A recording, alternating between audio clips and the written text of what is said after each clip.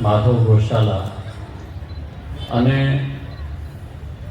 વિકસિત થતાં થતાં આપણી આ ગૌશાલાની પ્રવૃત્તિ આજે એ રીતે સ્વાવલંબી બની કે અન્ય પણ જે આ પ્રકારના કાર્ય કરી રહ્યા છે એમને સહયોગી બની રહી છે. એ સૌથી મોટી પ્રભુની કૃપા છે.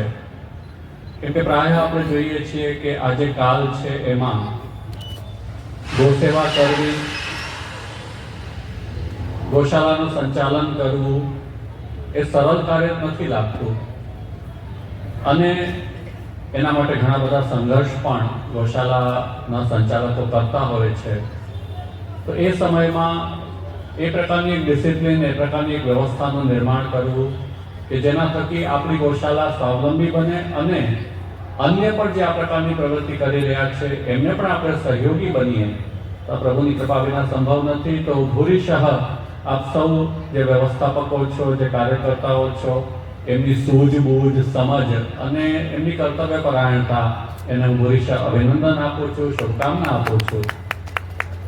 પ્રત્યેક ગૌશાલાએ આ જ રીતે વિચાર કરીને અને ગાય, આપણે કહીએ છીએ ગાય આપણી માતા છે, આપણું પોષણ કરે છે, એનો અર્થ જ એ છે કે એ આપણી પર કોઈ ભાર નથી. માત્ર આપણે એવી વ્યવસ્થાઓનું આયોજન કરવાનું છે કે જેના થકી ગૌમાતા આપણા માટે એક એ પ્રકારની સમૃદ્ધિનું પ્રતીક બને કે જે પૂર્વમાં રહ્યું છે. પૂર્વમાં આપણે આપણી સંસ્કૃતિ જોઈએ છીએ તો ગૌમાતા એ આપણી સમૃદ્ધિનું પ્રતીક માનવામાં આવતું હતું.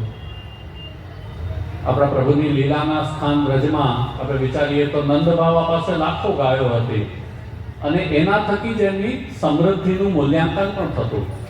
આ એક પદ્ધતિ હતી આપણી કે જેમની પાસે વધારે ગોધન છે, સમૃદ્ધ છે, તો એ સમૃદ્ધિનું જે પ્રતીક ગૌશાલા કે ગોધન એ સમયાંતરે આપણી જીવનશૈલી બદલાતી ગઈ, સામાજિક વ્યવસ્થાઓ બદલાતી ગઈ અને આપણને એવું લાગવા માંડ્યું કે ગાયોને કેમ પાળવી, કેમ સાચવવી, કેવી રીતે સાચવી શકાય, એ પ્રકારની આપણી નગર વ્યવસ્થાઓ ઊભી થઈ. આપણી માનસિકતા પણ એવી બનતી ગઈ કે આપણે આપણી પ્રકૃતિથી, સંસ્કૃતિથી અને ગૌ માતા જેનું પ્રતીક છે એવી ધર્મ નિષ્ઠાથી દૂર થતા ગયા. એ સમયમાં આ પ્રકારની નિષ્ઠાથી જે કાર્યો થતા હોય એને આપણે ખૂબ ખૂબ વધાવવા જોઈએ અને પ્રસન્નતાપૂર્વક કહું છું કે આ પ્રકારની પ્રવૃત્તિ વધે, બધાનો એમાં સહયોગ હોવો જોઈએ. તો ઘરે ઘરે ગાય હોવી જોઈએ. વસ્તુતઃ તો ઘરે ઘરે તુલસીજી હોય, ઘરે ઘરે ગાય હોય, ઘરે ઘરે આપણી સંસ્કૃતિના પ્રતીકો છે આ બધા. પરંતુ હવે આ પ્રક્રિયામાં આપણે જોઈએ તો જે વ્યવસ્થાઓ છે એમાં એ સંભવ ન રહી ગયું હોય તો આપણે બધા આ પ્રકારની પ્રવૃત્તિ ત્યાં ચાલતી હોય. અહીંયા જ આપણે જેમને પ્રદાન કર્યું છે એમાં પણ ધોરાજીની પણ બીજી 2-3 ગૌશાલાઓ કર્યો છે તો એમને પણ હું ખૂબ ખૂબ અભિનંદન આપું છું કે આપ પણ આપના સ્થાન પર એ ગૌશાલાના સંચાલન માટે જે પ્રયત્ન કરી રહ્યા છો અને સ્વાભાવિક છે એ કોઈ એક વ્યક્તિનો પ્રયત્ન નથી. સમસ્ત સમાજ એમાં સહયોગી બનતો હોય ત્યારે જ આ કાર્ય થતું હોય છે. અને આપણે તેમ પણ વૈષ્ણવ હોઈએ એ સ્થિતિમાં કૃષ્ણ ભક્તિનું તો બહુ મહત્વનું પ્રતીક છે ગૌમાતા.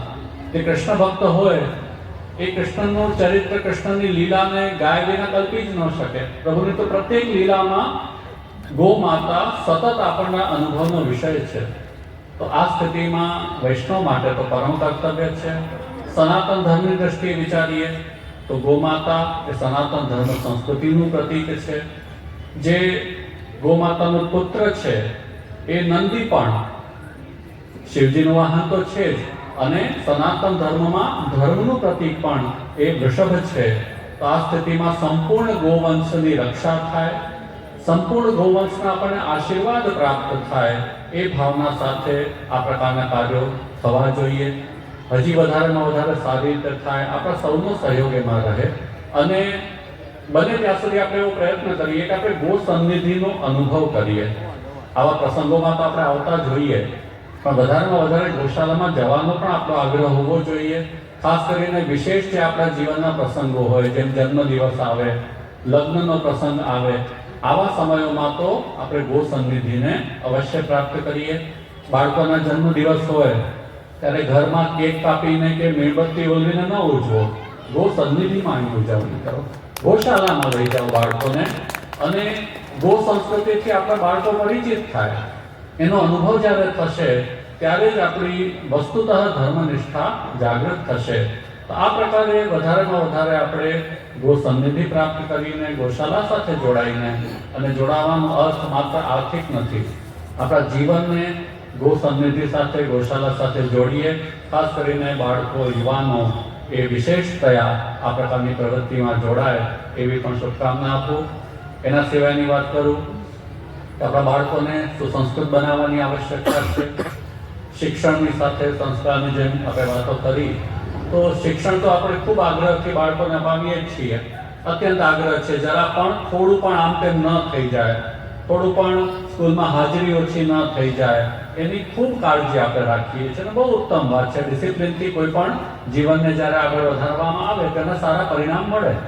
પણ એની સાથે સાથે આપણી સંસ્કૃતિના જે પરિબળો છે એને પણ ભૂલીએ નહીં, કેમ કે શિક્ષણ સાથે સંસ્કાર હશે તો જ આ બધી આપત્તિઓ, આપદાઓ કે વ્યગ્રતાઓ કે ઉદ્વેગની જે પરિસ્થિતિઓ આપણા જીવનમાં નિર્માણ થાય છે એનું નિવારણ થઈ શકશે. માત્ર શિક્ષણથી નહીં થાય.